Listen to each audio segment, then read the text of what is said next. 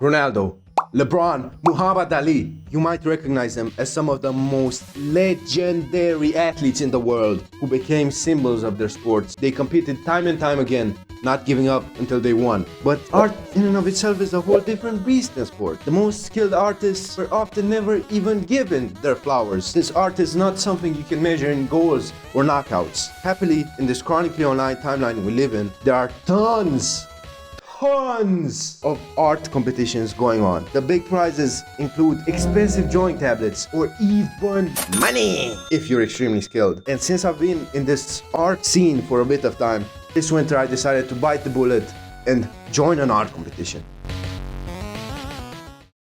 The art competition was hosted by a drawing tablet company, XP Pen. You had one simple task. For every day between the 15th of December and the 18th of January, you had to make one drawing of one animal. The animal was decided by Big Brother, aka a calendar someone at XP Pen made. The most important requirement, the one that dirty tryhards like me abused, is that you have to finish each piece in one stroke. No taking your hands off, no erasing. One straight session of thugging it out with either your pencil or the smarter digital pen, which I chose. In the start, I was really hyped for this challenge. The competition looked thin and a $300 drawing tablet was the top prize. To get the top prize, you had to put out at least 20 pieces that impress the judges or thug it out for 35 straight days.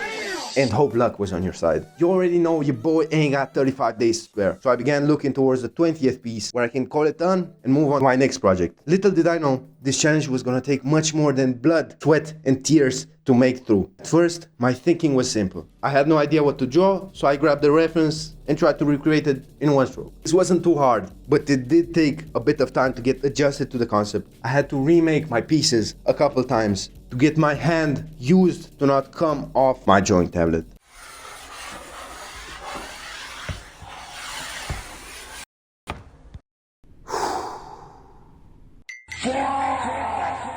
My pieces started out pretty rough, as you can see on this gorilla and giraffe. But I did get better, with my favorite piece starting out being this cutesy-dootsy cheetah.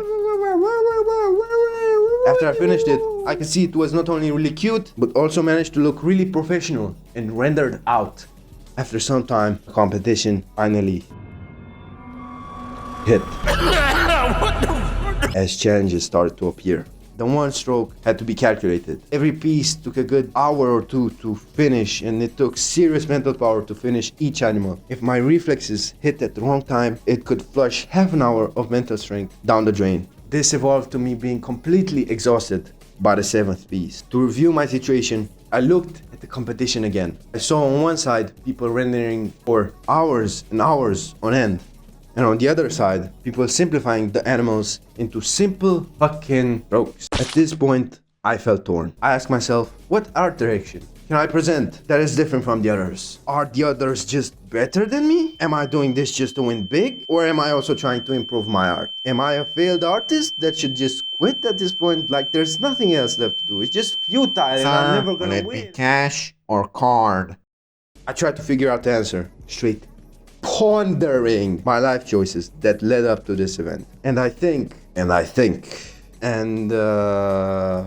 I find out if I want to win this challenge under any circumstances, I need to use my strength, having fun making and presenting the stuff I make, the stuff E1 makes.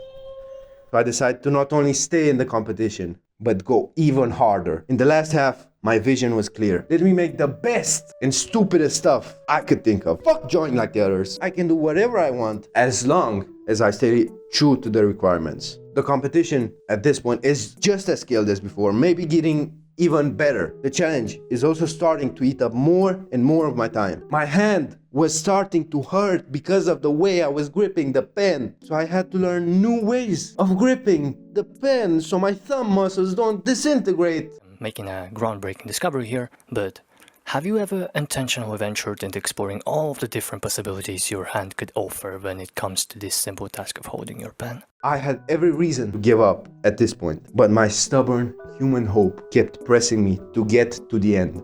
The last day of the contest came, and as I finished my last piece, I looked through the catalog I've amassed during this short but tedious time. The catalog was pretty beautiful, but these are my favorites.